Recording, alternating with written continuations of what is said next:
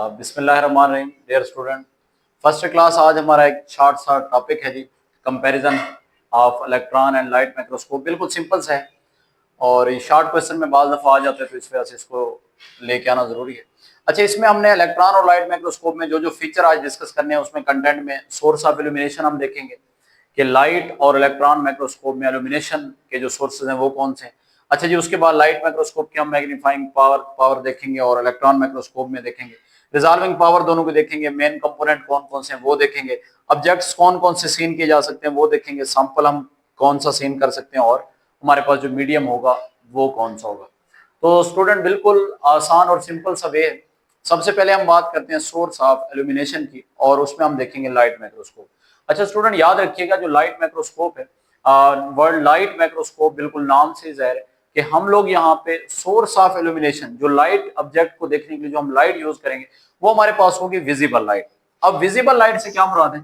वो लाइट जो हमारे पास सोलर या सन की हो या फिर हमारे पास कोई बल्ब की जो रोशनी है, उसको हम विजिबल लाइट का नाम जो है वो देते हैं, या जिसकी जो रेंज है वो 400 नैनोमीटर से लेकर 750 नैनोमीटर तक आपको नजर है, हम उसको विजिबल लाइट का जो है वो नाम देते हैं। तो लाइट माइक्रोस्कोप के अंदर आप हमेशा विजिबल लाइट को यूज करोगे, वो लाइट चाहे वो सन से आए या फिर आप कोई बल्ब जो है वो यूज करो। क्लियर है? उसके बाद आते हैं हमारे पास लाइट माइक्रोस्कोप की जो मैग्नीफाइंग पावर है वो कितनी है। तो स्टूडेंट याद रखिएगा जो लाइट माइक्रोस्कोप की मैग्नीफाइंग पावर है वो हमारे पास है जी 500x। 500x का मतलब ये कि ह्यूमन नेकेड आई के मुकाबले में हम लाइट माइक्रोस्कोप से किसी भी ऑब्जेक्ट को 500 गुना या 500 टाइम जो है वो बड़ा करके देख सकते हैं। ठीक है जी। उसके बाद आते हैं हम इसकी रेजोल्यूशन पावर की तरफ। रेजोल्यूशन पावर है हमारे पास लाइट माइक्रोस्कोप की कितनी है? वो हमारे पास है जी टोटल 2 माइक्रोमीटर। अब 2 माइक्रोमीटर से क्या मुराद है कि फॉर एग्जांपल दो आपके पास पॉइंट्स मौजूद हैं, उनके दरमियान जो मिनिमम डिस्टेंस है अगर वो 2 माइक्रोमीटर तक है तो हम उसको इजीली लाइट माइक्रोस्कोप की मदद से उनको डिफरेंशिएट जो है वो कर सकते हैं। उसके बाद आते हैं मेन कंपोनेंट की तरफ। लाइट माइक्रोस्कोप की जो मेन कंपोनेंट है, हम लोग यहाँ पे ग्लास लेंसेज का यूज करते हैं। स्टूडेंट ये पॉइंट आपने याद रखना है कि हम लाइट माइक्रोस्कोप के अंदर क्या यूज कर रहे हैं, इसमें हम ग्लास लेंस यूज करते हैं, शीशे का जो लेंस है हम उसको यूज करते हैं। उसके बाद लाइट माइक्रोस्कोप के अंदर हम जो ऑब्जेक्ट देखेंगे वो कितना होना चाहिए? स्टूडेंट याद रखिएगा उसका साइज जो है वो 200 नैनोमीटर से ज्यादा होना चाहिए। यहाँ पे लिखा हुआ है larger than the 200 nanometre, 200 nanometre से उसका ऑब्जेक्ट का साइज ज्यादा हो। उसके बाद कौन सा सैंपल हम लोग लाइट माइक्रोस्कोप के जरिए देख सकते हैं? स्टूडेंट याद रखिएगा सैंपल कोई भी हो, चाहे वो लिविंग हो चाहे वो डेड हो, हमारे पास जिस फॉर्म में भी सैंपल है हम उसको इजीली क्या कर सकते हैं, लाइट माइक्रोस्कोप के नीचे ऑब्जर्व जो है वो कर सकते हैं। तो यहाँ पे दोनों ऑप्शन है, लाइव, लिविंग और डेड। उसके बाद आते हैं हम लाइट माइक्रोस्कोप को किस एटमॉस्फेयर के अंदर यूज करेंगे, यानी हमारे पास एनवायरनमेंट कैसा होना चाहिए। तो स्टूडेंट याद रखिएगा हम ओपन एटमॉस्फेयर को यहाँ पे यूज करते हैं। ओपन एटमॉस्फेयर के अंदर जहां पे दिल करे आपका लैब में, बाहर जहां दिल करे आप लाइट माइक्रोस्कोप को रख के इजीली जो है वो ऑब्जेक्ट को मैग्नीफाई करके देख सकते हैं। क्लियर है? उसके बाद हम बात करते हैं इलेक्ट्रॉन माइक्रोस्कोप की। तो स्टूडेंट नाम से जाहिर है इलेक्ट्रॉन माइक्रोस्कोप, याद रखिएगा ये वो माइक्रोस्कोप है जिसमें हम सोर्स ऑफ इल्यूमिनेशन उसमें हम यूज करेंगे बीम ऑफ इलेक्ट्रॉन।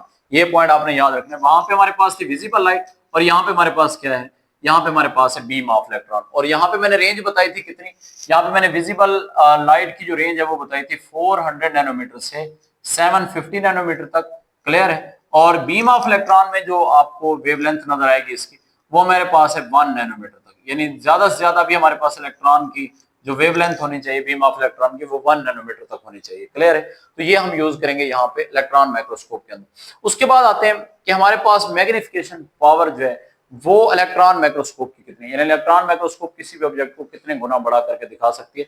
तो स्टूडेंट याद रखिएगा यहाँ पे 250 लाख यानी 2.5 लाख गुना हमारे नेकेड आई के मुकाबले में हम किसी भी ऑब्जेक्ट को जो है वो बड़ा करके इलेक्ट्रॉन माइक्रोस्कोप के जरिए देख सकते हैं। उसके बाद आते हैं हमारे पास कि रेजोल्यूशन पावर कितनी है। तो स्टूडेंट याद रखिएगा इलेक्ट्रॉन माइक्रोस्कोप की जो रेजोल्यूशन पावर है वो हमारे पास है 2 से 4 एंगस्ट्रॉम। ये हमारा यूनिट है जी, रेजोल्यूशन पावर का 2 से 4 एंगस्ट्रॉम। उसके बाद आते हैं हम लोग कि हम यहाँ पे लेंस इलेक्ट्रॉन माइक्रोस्कोप के अंदर कौन सा यूज करते हैं। तो स्टूडेंट यहाँ पे मैंने लिखा हुआ इलेक्ट्रोमैग्नेटिक लेंस जो है हम यूज करते हैं, और यहाँ पे हमने यूज किया था ग्लास लेंस। इलेक्ट्रॉन माइक्रोस्कोप के अंदर हम यूज करेंगे इलेक्ट्रोमैग्नेटिक लेंस। उसके बाद आते हैं हम किसी भी ऑब्जेक्ट को जो इलेक्ट्रॉन माइक्रोस्कोप के नीचे हमने रख के देखना है उसका साइज कितना होना चाहिए। तो स्टूडेंट यहाँ पे लिखा हुआ है स्मॉलर देन द 200 नैनोमीटर, यानी वो ऑब्जेक्ट कम से कम भी अगर उसका साइज हो तो 200 नैनोमीटर से क्या हो, कम होना चाहिए। ठीक है, 200 नैनोमीटर से कम होना चाहिए। उसके बाद इलेक्ट्रॉन माइक्रोस्कोप के नीचे हम कौन सा ऑब्जेक्ट रख के देख सकते हैं। लिविंग हम नहीं रख के देखेंगे, जस्ट हम क्या देखेंगे, डेड कोई भी स्पेसिमेन है वो डेड फॉर्म में होना चाहिए, उसको हम लोग यहाँ पे इलेक्ट्रॉन माइक्रोस्कोप के नीचे इजीली क्या कर सकते हैं, ऑब्जर्व कर सकते हैं। उसके बाद आते हैं इलेक्ट्रॉन माइक्रोस्कोप को आप कहाँ पे यूज करते हैं। स्टूडेंट याद रखिएगा, हम लोग इलेक्ट्रॉन माइक्रोस्कोप को वैक्यूम के अंदर, ठीक है जी, जहाँ पे हवा जो है वो मौजूद ना हो, हवा वाला एरिया ना हो, हम उस एरिया के अंदर, वैक्यूम के अंदर हम इजीली क्या कर सकते हैं, इलेक्ट्रॉन माइक्रोस्कोप को इस्तेमाल कर सकते हैं। तो ये थे तकरीबन राउंड अबाउट 5-6 डिफरेंस है जो कि इलेक्ट्रॉन और लाइट माइक्रोस्कोप के दरमियान मैंने आपको बताया। बिल्कुल इंतहाई इजी से है, बस आपने इन्हीं को नोट करना है, इन्हीं को समझना है और इन्हीं को तैयार करके स्टूडेंट पेपर में लिख देना है। यहाँ तक के लिए काफी आज। उसके बाद हम नेक्स्ट जो टॉपिक अपना स्टार्ट करने जा रहे हैं वो हमारे पास है टाइप्स ऑफ इलेक्ट्रॉन माइक्रोस्कोप। तो स्टूडेंट वो हमारे पास दो टाइप्स होंगी, एक होगी ट्रांसमिशन इलेक्ट्रॉन माइक्रोस्कोप और एक होगी स्कैनिंग। मैं नेक्स्ट लेक्चर आपको उस पर जो है वो डिलीवर कर देता हूँ। अल्लाह हाफ़िज़।